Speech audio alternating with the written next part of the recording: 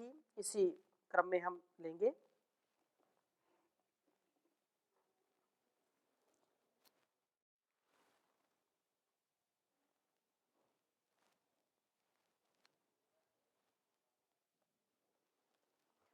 ओम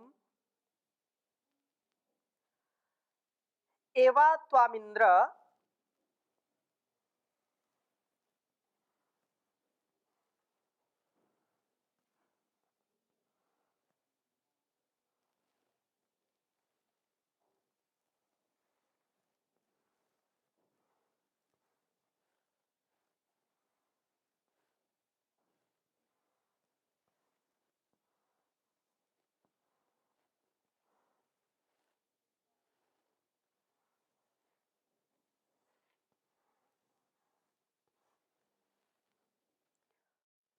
वज्रिन्नत्र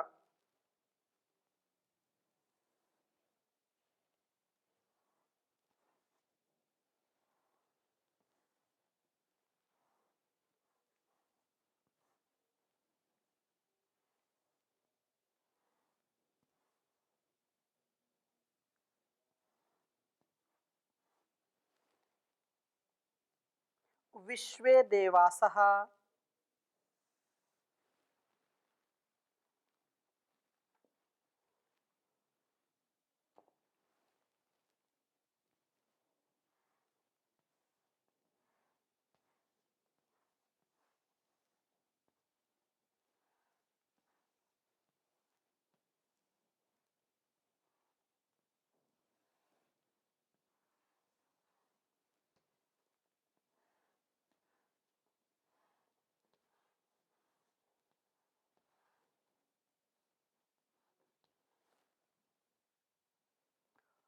सुहवास ऊष्माः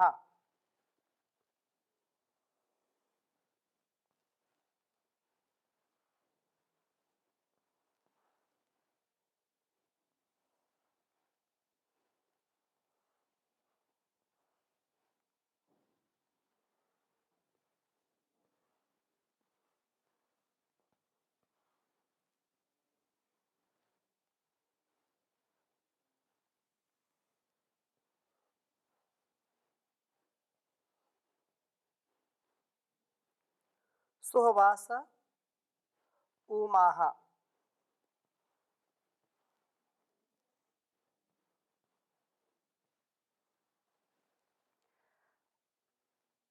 महामुभे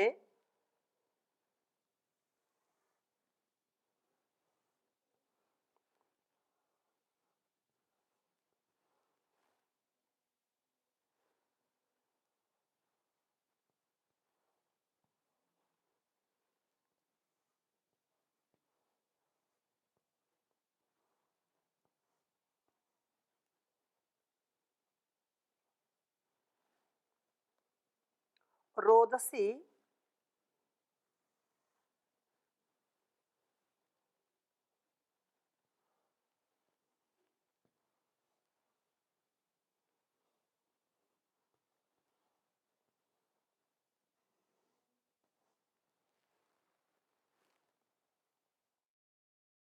वृद्धमृश्वम्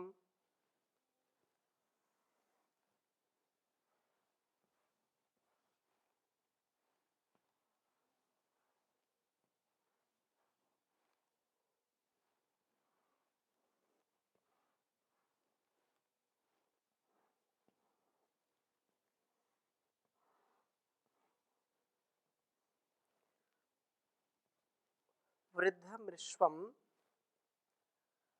निरेकमिद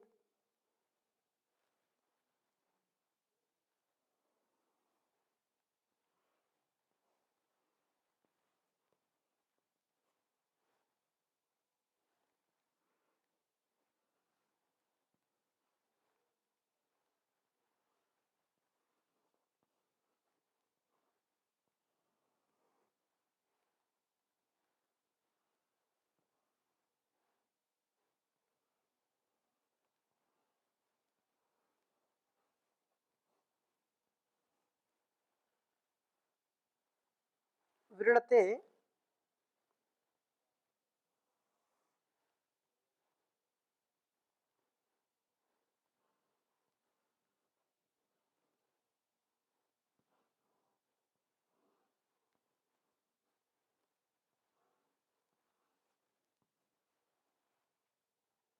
वृत्रहत्ये।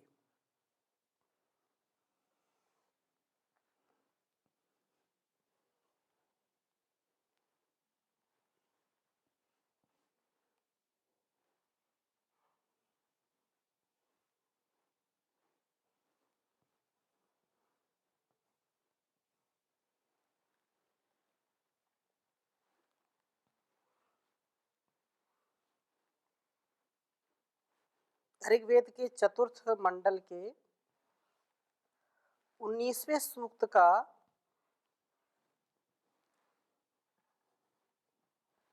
यह पहला मंत्र है।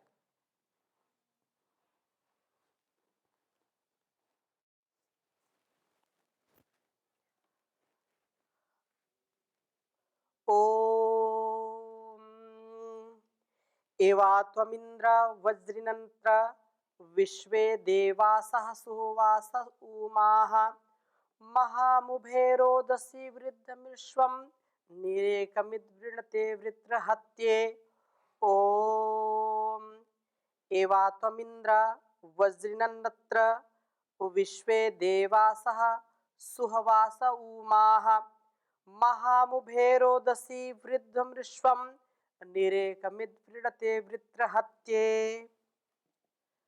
देवों के द्वारा प्रभु का संभजन। बहुत ही सुंदर बात कही है कि हे वज्रिन, इंद्र क्रियाशीलता रूप वज्र वाले प्रभु जो शत्रु का हरण करने वाले हैं, शत्रु का विद्रावक जो है वह प्रभु अत्र इस जीवन में सुहवासा, सदा उत्तम पुकार वाले, आपको पुकारने वाले, उमाहा वासनाओं से अपना बचाव करने वाले, विश्वे देवासः सब देव त्वाम आपको ही वृणते संभक्त करते हैं, आपका ही भजन करते हैं। वस्तुतः यह जो भजन करते हैं वे देव बन पाते हैं। जीवन हमारा अत्यंत महनीय है। इस जीवन को पाने के लिए अत्यंत पुरुषार्थ हमने किया है।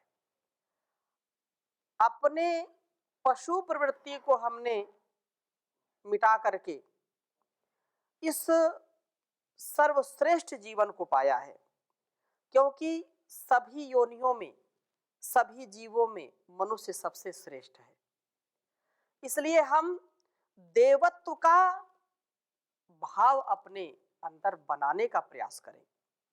यदि हमारे अंदर देवत्व का भाव जागृत होता है तो हम हर प्रकार के दुर्गुणों से, दुर्व्यसनों से बच पाते हैं, प्रभु का सुमिरन कर पाते हैं, प्रभु की भक्ति कर पाते हैं। यदि देवत्व से युक्त होना है तो बिना प्रभु की भक्ति के और बिना उसकी शक्ति के हमारे अंदर देवत्व का भाव नहीं जागृत होता है।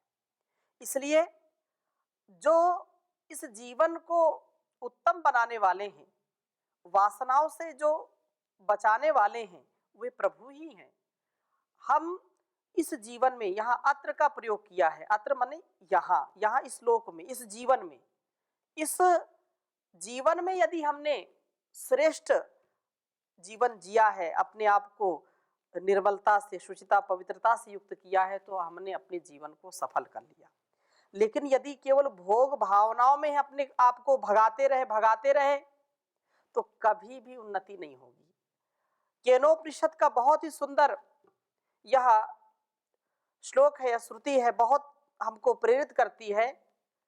इह चेद अवेदित सत्यमस्ति ना चेद इह वेदिन महति विनष्टि भूतेषु भूतेषु विचित्य धीरा प्रेत्यस्मात् लोकात् अमृता भवन्ति। इतना सुंदर जीवन मिला है जो किसी को नहीं मिला। बड़े भाग्य मानुष तन पावा, सुर दुर्लभ सब ग्रंथ गावा। कर्म प्रधान विश्व रचिराखा, जो जस करहि सो तस फल चाखा। सकल पदार्थ है जग माही, कर्महीन नर पावत नाही। तो ये कर्म करने का जीवन मिला है और कर्म की प्रधानता है इस जीवन में। भोग तो भोग ही रहे हैं, लेकिन श्रेष्ठ कर्मों को करने के लिए जीवन मिला है। हम मानव से महामानव बनने का सामर्थ्य रखते हैं, नर से नारायण बनने का सामर्थ्य रखते हैं, परंतु कब? जब हम अपनी चित्त वृत्तियों को संतुलित कर पाएंगे, जब उनमें पूर्ण हमको संयम होगा, जब योग में अध्यात्म में जीवन जिएंगे, वेदानुकूल जीवन जिएंगे, आत्मानुकूल जीवन जिएंगे, ऋषि प्रोक्त शास्त्रोक्त जीवन को जीने वाले होंगे, तो हमारा जीवन देवत्व की ओर बढ़ जाता है। इस जीवन से सुगंधी सुगंधी निकलती है, दुर्गंधी निकल जाती है।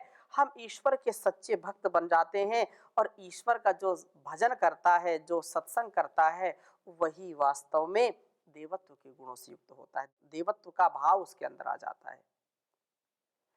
देवत्व के फूलों से दामन को मेरे भर दो, जीवन ये सुगंधित हो, दुर्गंध निकल जाए, दाता तेरे सुमिरन का वरदान जो मिल जाए, मुरझाई कली दिल के एक आन में खिल जाए, दाता तेरे सुमिरन का। है नाथ मेरे मन की बस इतनी तमन्ना है, क्योंकि ये मन बड़ा चंचल है और मन की चंचलता यदि रुक गई तो फिर इसकी इच्छाएं भी बदल जाती हैं। इसलिए मन को कैसे कंट्रोल करें, तो ये पंक्ति ये भी कही है, ये मन बड़ा चंचल है, चिंतन में नहीं लगता, जितना इसे समझाऊं, जितना इसे समझाऊं, उतना ही मचल जाए,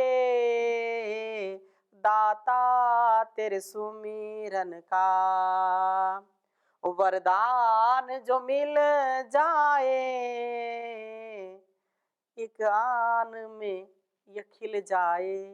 तो जो अन्न है, जो जल है, जो वनस्पतियां हैं, औषधियां हैं, उन सब का जो विधान करने वाला है, तो जो इस संपूर्ण संविधान का नियामक है, उसका बनाने वाला है, वह परमपिता परमेश्वर ही है। इसलिए हम देवत्व का भाव अपने अंदर रखें और हम सच्चे भक्त बने ईश्वर के, तभी जाकर के कल्याण होगा।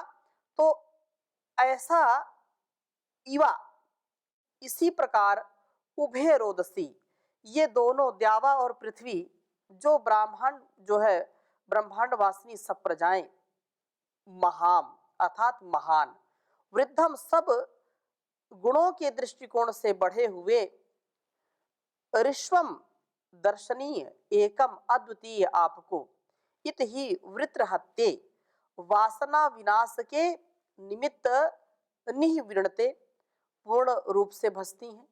वस्तुतः प्रभु भजन से ही हमें सब प्रकार की वासनाओं से मुक्ति मिलती है, हम सब प्रकार की वासनाओं के आक्रमण से बच पाते हैं।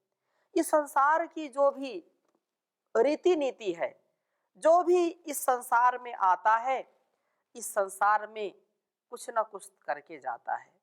हम ऐसा कार्य करें जिससे वासना के शिकार ना हो, अपितु वासना हमारे अंदर प्रवेश ही न कर पाए, ऐसा हमको पुरुषार्थ करना चाहिए। और इस वेद मंत्र का भाव यही है कि हम प्रभु का उपासन करें और प्रभु हमें वासनाओं के विनाश के लिए सदा उद्यत बनाए, सदा हमारा उत्थान हो, सदा हम कल्याण को प्राप्त हो, एक बार भी अकल्याण की स्थिति हमारे अंदर होनी नहीं चाहिए। यदि प्रभु का ऐसा वर हमको मिल जाए जिससे हम वास्तव में सच्चे उपासक बन पाएं और हमारे अंदर ऐसी शक्ति जो कार्य तो कर ही रही है उसमें और दिव्यता आ जाए, हम इस संसार के प्रति पूर्ण करुणा से, पूर्ण परोपकार की भावना से, सदाचार की भावना से, सेवा सत्कार की भावना से युक्त हो जाएं। यद्यपि ये काम बड़ा कठिन है। हम ज्ञान के मार्ग पर जब चलते हैं, जब भक्ति के मार्ग पर चलते हैं, तो संसार की जो आसुरी शक्तियां हैं वो हमारा रास्ता रोकती हैं, हमारे मार्ग में बाधाएं उत्पन्न करती हैं। इतना सरल मार्ग नहीं है, परंतु यदि हम निरंतरता के साथ चलने का पुरुषार्थ करते हैं तो प्रभु हमको हर बाधा से बचाता है, हर प्रकार से हमको बचाता है। वह हमारा रक्षा करने वाला है, हमारी सुरक्षा करने वाला है। इसलिए इन वासनाओं का भी प्रभाव हमारे ऊपर पड़ता नहीं है।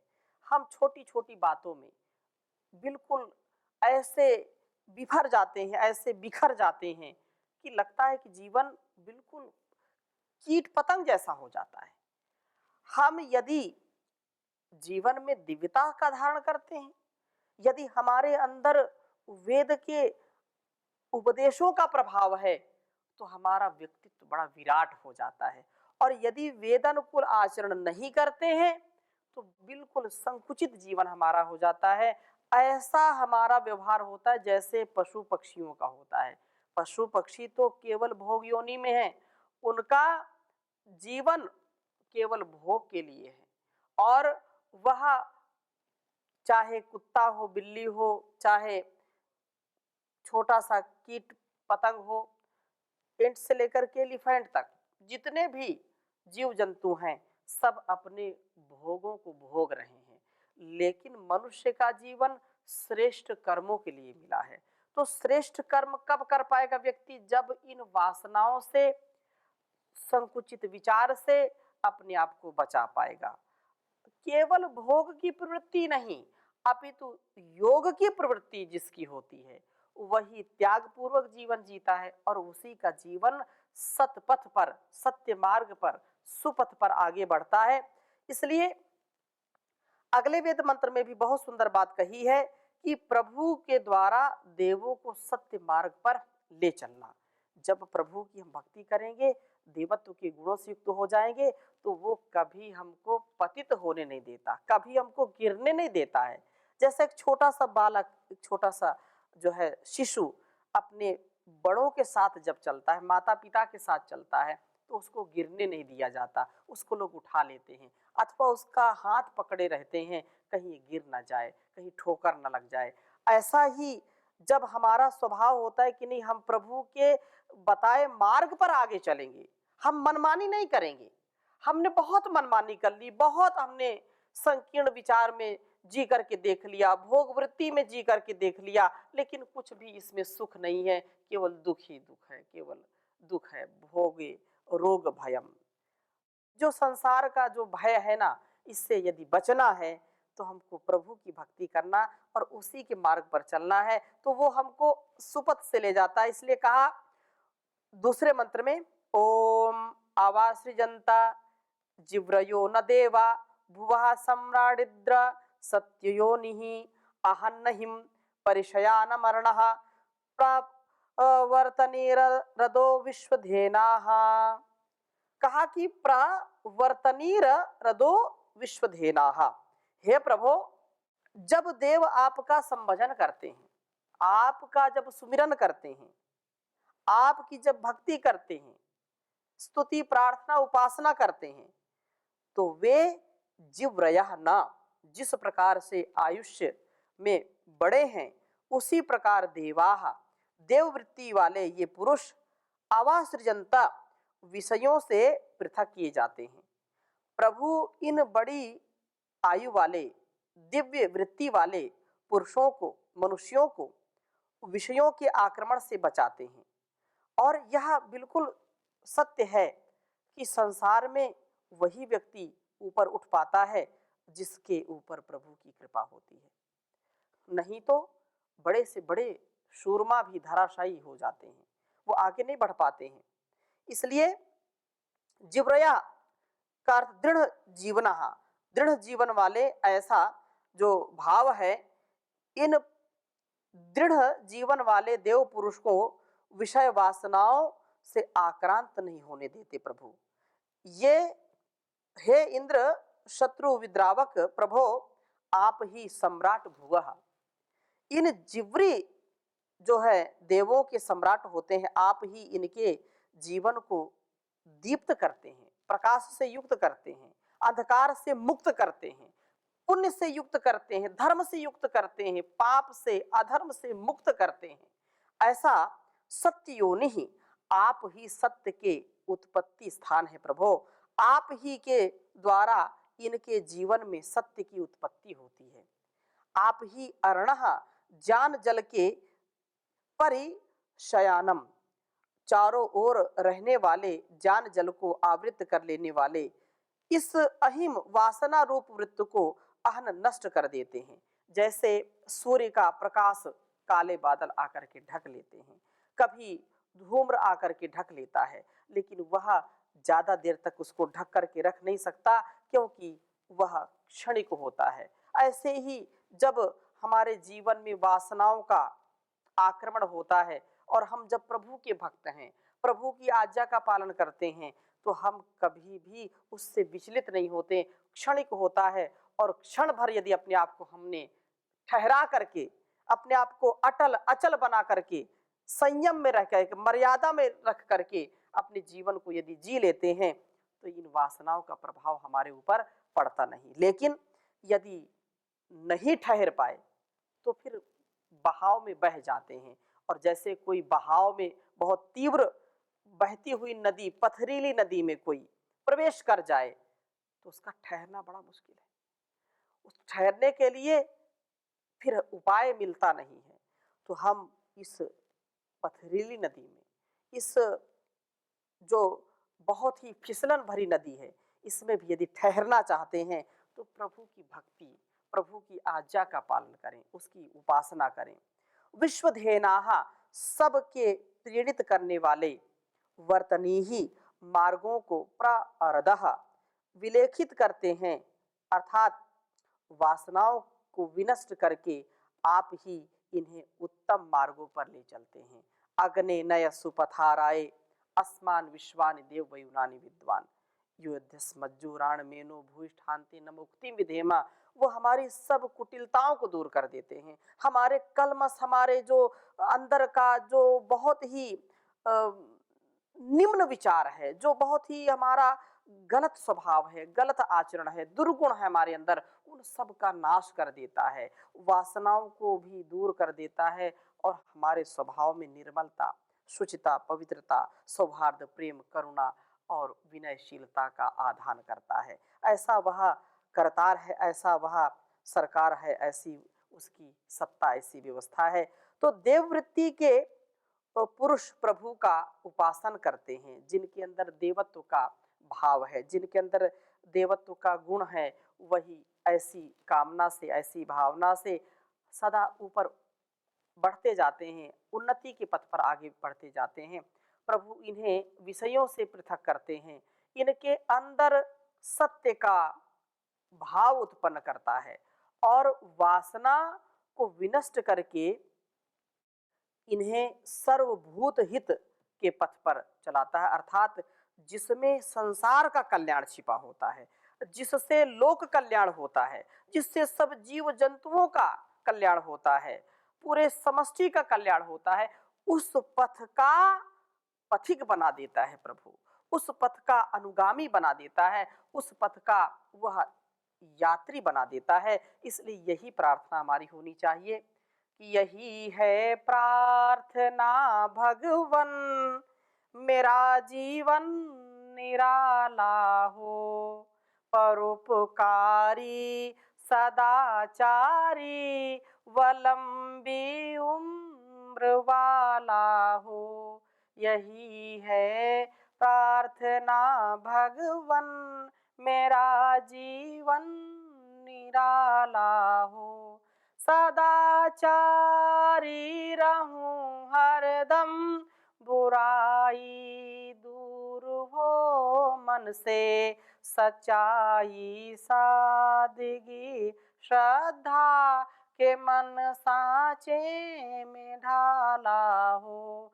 यही है प्रार्थना भगवन मेरा जीवन निराला हो। तजू छल झूठ चालाकी, बनो सतसंग अनुरागी, गुनाहों और खताओं से मेरा जीवन ये आला हो। यही है प्रार्थना भगवन मेरा जीवन निराला हो।